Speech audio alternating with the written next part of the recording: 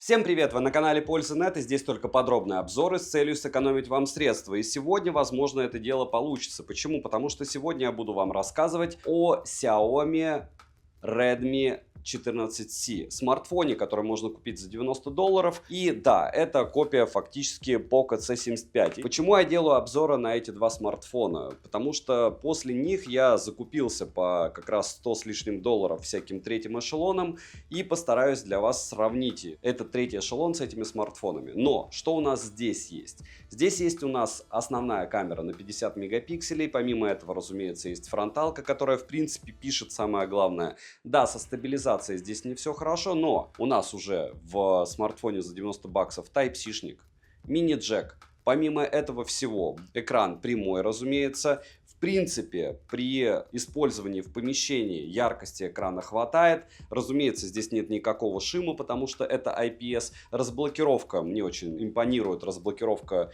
сканером в кнопке питания, а не в экране, но опять же каждому свое. Кому-то нравится их внешность, и я вам скажу, что 14C в отличие от C75 собран лучше, то есть у него нет швов. Если в Poco у меня швы какие-то в 4 местах. Пластиковая рамка, монозвук, 2 сим-карты внутрь и еще и карту памяти до 1 терабайта можно запихать. Все это Redmi 14C. Стоит ли его рассматривать к покупке, на что он способен, вы узнаете в ролике. Не забудьте подписаться. Смотрим. Распаковка. Поставляется смартфон в коробке из плотного картона. В комплекте мы имеем смартфон, защитную пленку, чехол, кабель для зарядки с USB-A на Type-C, адаптер на 33 Вт, ключ для извлечения слота и руководство пользователя. Слот полноценный на 2 сим-карты и карту памяти до 1 терабайта. Вес смартфона 211 граммов, габариты его составляют 171 на 77 на 11,2 мм вместе с блоком камер, а без него 8,3 мм. 7 обзоров в неделю выгружаю, ежемесячно разыгрываю по одному смартфону Poco X6 Pro. Для участия в розыгрыше необходимо подписаться на этот YouTube канал с колоколом, оставить любой осмысленный комментарий больше 5 слов, и либо в комментарии, либо в описании своего канала указать свое имя в телеге, и вы автоматически в розыгрыше. Все розыгрыши в конце каждого месяца на стриме. Напоминаю, что еще на Новый год я разыгрываю iPhone 16. Перейдем же к смартфону. Начнем. Приобрести данную модель можно в зеленой, фиолетовой, синей и черной расцветке. Внешне, как и по характеристикам,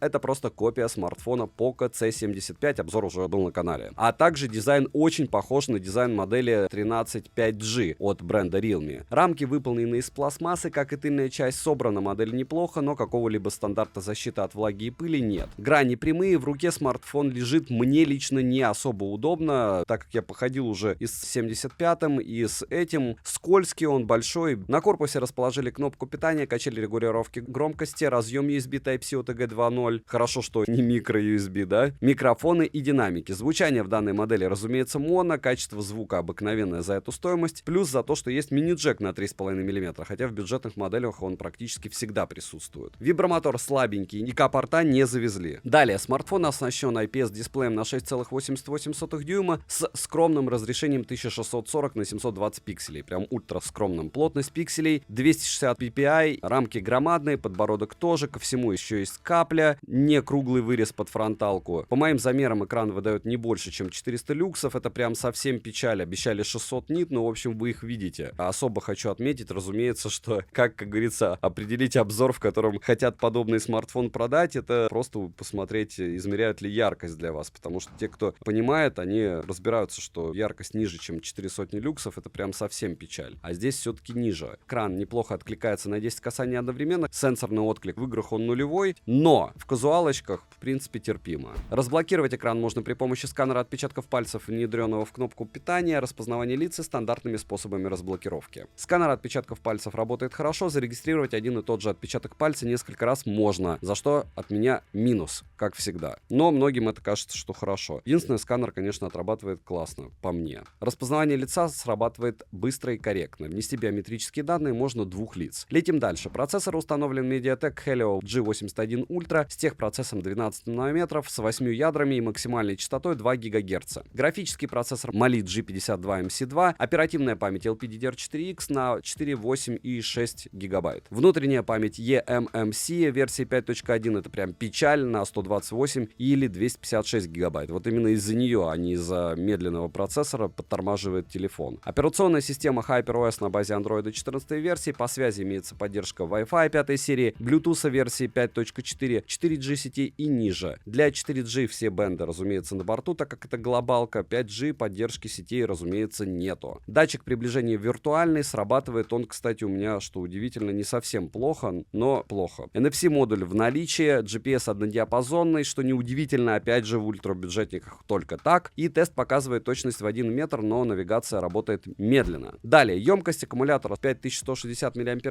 но это ничего не значит, потому что с таким аккумулятором и, по идее, с такой плотностью пикселей смартфон при даже 120 Гц, который он не вывозит, должен у нас жить прям ультра долго, но по факту живет он только 8 часов 46 минут. Это немного. Work Performance выбивает 14 тысяч баллов, модель поддерживает быструю зарядку до 18 Вт, но заряжается от 0 до сотки в среднем 2,5 часа, иногда даже 3. Беспроводной зарядки нет, как и беспроводной реверсивной, и это неудивительно. При просмотре роликов на YouTube по Wi-Fi на 100% яркости экрана уходит в среднем 3-4% заряда. Сколько уходит в играх, не актуально, потому что играть в него невозможно. Максимум можете сидеть в казуалочках. На день этого смартфона хватает по заряду. Перейдем же к тестам. В тесте на стабильность смартфон выдает следующие результаты. 146 гипсов минимально, максимально 164 и в среднем 157 гипсов на 100 потоках при 60 минутах. Сколько он выбивает в Geekbench, 3D Mark, в остальных программах вы видите на экране, но особо хочу отметить, что в Antutu, это чудо природы, выбивает только 200 с лишним тысяч баллов. Конкретно у меня 262. И самая опасность не в этом, а в том, что у него в Storage тесте 18 тысяч показывает. И это плохо. Запаса здесь нет, и как он себя будет вести через года два, это еще большой вопрос, потому что он уже, разумеется, тормозит. Переходим к камерам. С тыльной части имеем основной сенсор на 50 мегапикселей с фокусным расстоянием в 28 мм, цифровой стабилизацией, апертурой 1.8 и разрешением для видеосъемки 1080p 30 fps. Также с фронта можно заметить LED-вспышку и вспомогательный датчик на 2 мегапикселя. Фронтальный сенсор на 13 мегапикселей с апертурой 2.0, максимальное разрешение для съемки видео у него 1080p 30 fps. Примеры фото и видео вы сейчас увидите.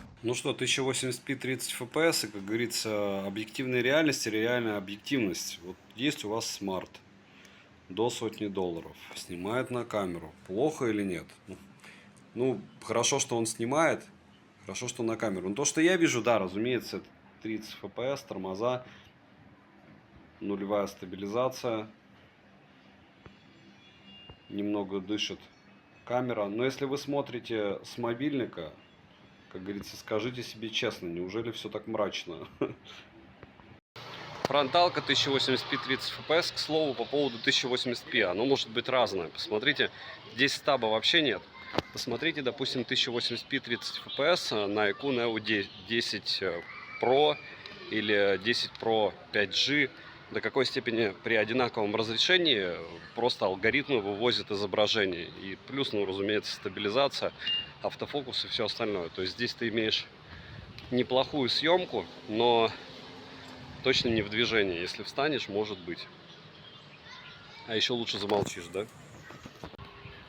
И 1080p 60 fps, то есть такое ощущение, что я бегу, а я еле ползу, еще пытаюсь снимать ровно. То есть, ну, съемка, мягко скажем, никакая. В принципе, она такой должна быть. Никакой. Вот. Так примерно сможете снимать. Ну и в темном варианте исполнения съемка. Опять же, меня больше интересует, есть ли рассинхрон со звуком. Все-таки они чего-то там допиливали. И надеюсь, что более-менее качество картинки улучшилось по сравнению с Poco C75. Классический тест в лифте 1080p 30 fps. И если видите, в принципе, камера не двигать, хотя она все равно чуть-чуть трясется. Более-менее картинка нормальная, но стабилизация, конечно, в нуле. В нуле, хотя, опять же, в лифте, по большому счету, даже у флагманов особо картинки хорошие не бывают. То же самое касается фронталки. Но вопрос еще, на чем вы потребляете контент. Если это не телевизор, то вам вполне возможно будет более чем достаточно. что, вот на таком натюрморте лучше всего видно, насколько плохо работают камеры. Почему? Потому что 1080p 30 fps, не особо фонтанно, не знаю в чем дело, но вот так, как говорится. И да, если ты не знаешь, как это все должно выглядеть, как должен работать автофокус у смартфонов хотя бы за $200, то тебе покажется, что за 90 и норм. Но вот такие вещи снимать, конечно, боль. Если вещи вблизи какие-то, вот, допустим, игрушку какую-нибудь, в принципе, терпимо. Вот. Опять же, все, как говорится, относительно. Если деревяшки какие-нибудь тоже. Главное, не выскользнуло, да? И фронталка в лучах уходящего солнца, в принципе, выглядит тоже довольно неплохо. Давайте будем честны. Еда. Ночная. Ну, еще немного видео, просто чтобы было, чтобы как-то наполнить обзор.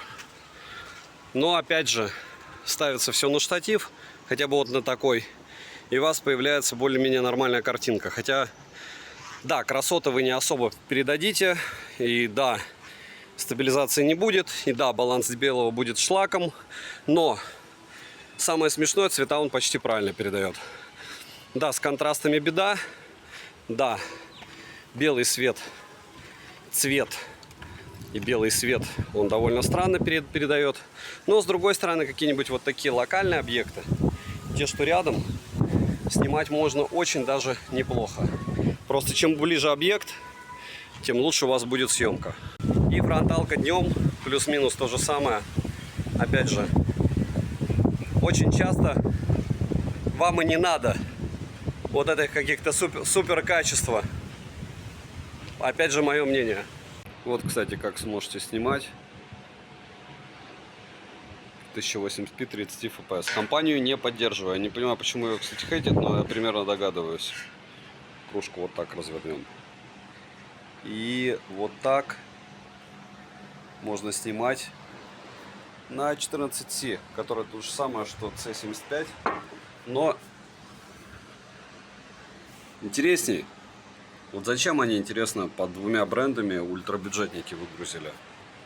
Так, ну что, 4К 60, какой 1080p 30 fps, только что делал обзор одним кадром на Redmi K80 Pro, посмотрите на основном канале, кому интересно. И вот так, к сожалению, не особо волшебно вы сможете снимать на этот смарт.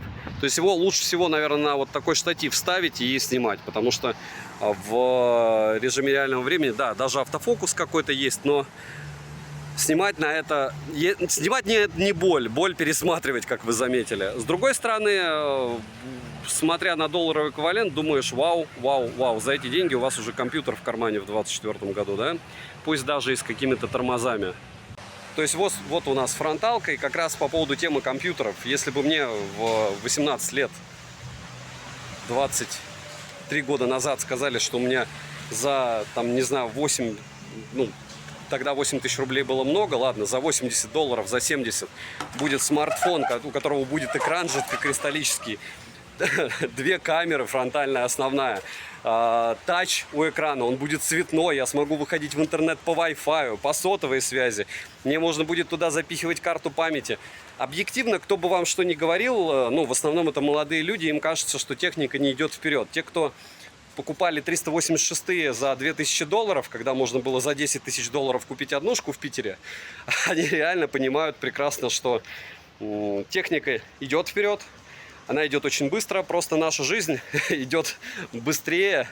У кого-то она, когда он молод, тянется, и кажется, что ничего нового не придумывают.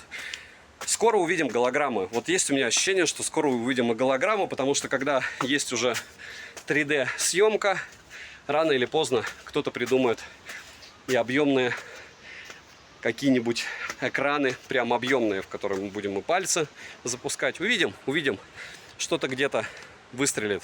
Вот так сможете снимать себя на фронталку. Надеюсь, микро был нормальный. Минусы: система подвисает, работает медленно, внутренняя память типа eMMC, старенький процессор за эти деньги, даже можно было бы получше запихать то, что делают Infinix и Tecno для примера, еще много кто. Монозвук, нет ЭК-порта, подбородок у экрана громадный, каплевидный вырез под фронтальную камеру печаль, мало производительности, увесистый, как для бюджетного смартфона, и огромный. Но как звонилка, в принципе, пойдет. Цену можете посмотреть по ссылке в описании к видео. Не забудьте подписаться на телеграм-канал скидок взаимопомощи и мой личный телеграм-канал по ссылкам в описании. Этим вы очень сильно поможете проекту. Любая активность приветствуется. Огромное спасибо заранее. Ну и резюмировать я, как всегда, хотел бы долго и мучительно. Смотрите, можно долго хейтить эти девайсы. Можно говорить, что они своих денег не стоят, тормознутая внутренняя память, капля, скользкий, неудобно лежит в руке, и за эти деньги можно там докинуть 1000-2 и купить какой-нибудь Spark 30 от Tecno, который я тоже и приобрел. Но если вы начнете читать отзывы по поводу всех этих третьих эшелонов, про которые я, разумеется, расскажу позже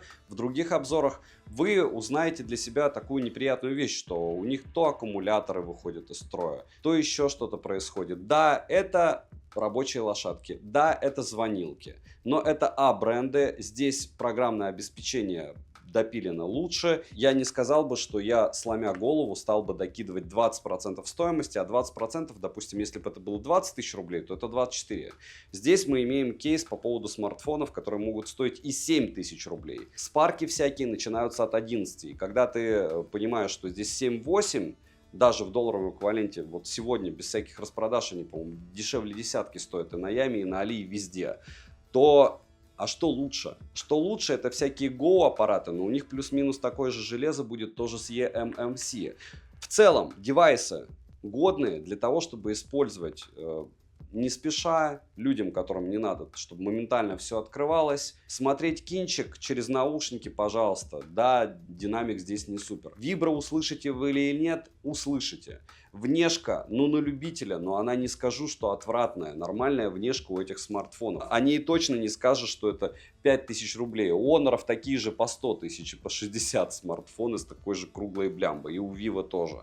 Плюсы свои есть. То есть у тебя и мини-джек, и карта памяти. То есть ты можешь использовать тупо как, если у тебя есть карта памяти на 1 терабайт, допустим, как носитель. Кстати, у меня некоторые смартфоны так и используются. Поэтому девайсам от меня однозначная да. Желательно, чтобы приобрести их дешевле, чем $90, потому что при любом раскладе это супер бюджетники. Здесь и контроль качества, я считаю, что может быть хуже. Говорить о том, что раньше ультрабюджетники были лучше, мне кажется, не актуально, потому что на то это ультрабюджет, дешевле уже нет. Подписывайтесь на канал с колоколом, пишите, какие у вас супербюджетные устройства были в использовании и нравились ли они вам, и закрывали ли они вам ваши потребности. То есть это смарты не для людей, которые работают на телефоне, а для людей, которые просто его используют.